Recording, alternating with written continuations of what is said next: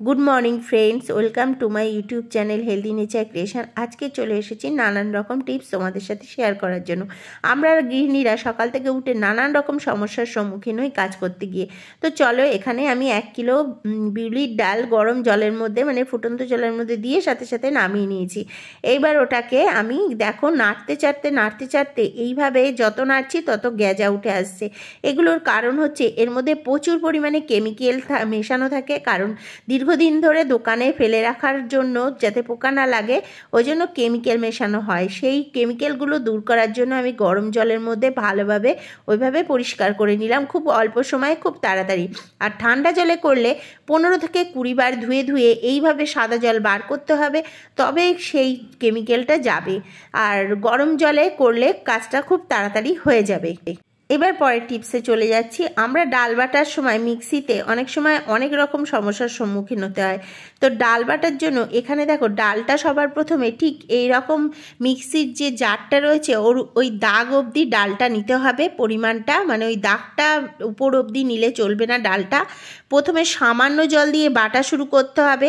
আধ বাটা হয়ে গেলে আবার ঘেটে ঘুটে দিয়ে ভালো করে একটা চামচ দিয়ে তলা থেকে ঘেটে দিয়ে আবার ভালো করে ব্যাটারটায় একটু জল দিয়ে সেটাকে ঠিক এরকম একটা ব্যাটার তৈরি করতে হবে বড়ি দেওয়ার জন্য।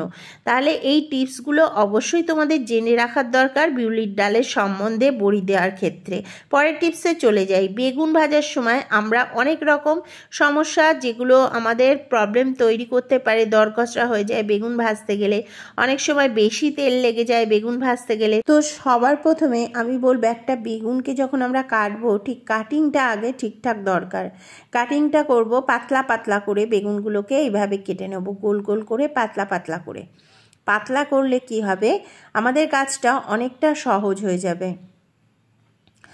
প্রথমে বেগুনগুলোকে পাতলা পাতলা করে কেটে নিয়ে তারপরে সামান্য একটু লবণ এতে দিয়ে দিতে হবে। লবণটা দিয়ে আধা ঘন্টা মতো আমরা রেখে দেব। এইভাবে বেগুন যদি আমরা ভাজি তাহলে বেগুন কিন্তু খুব অল্প সময়ে আমাদের চটজলদি অনেকটা বেগুন একসাথে ভাজা হয়ে যাবে এবং তেলটাও অনেকটা কম পরিমাণে খরচা হবে। পরের টিপসে চলে যাচ্ছি।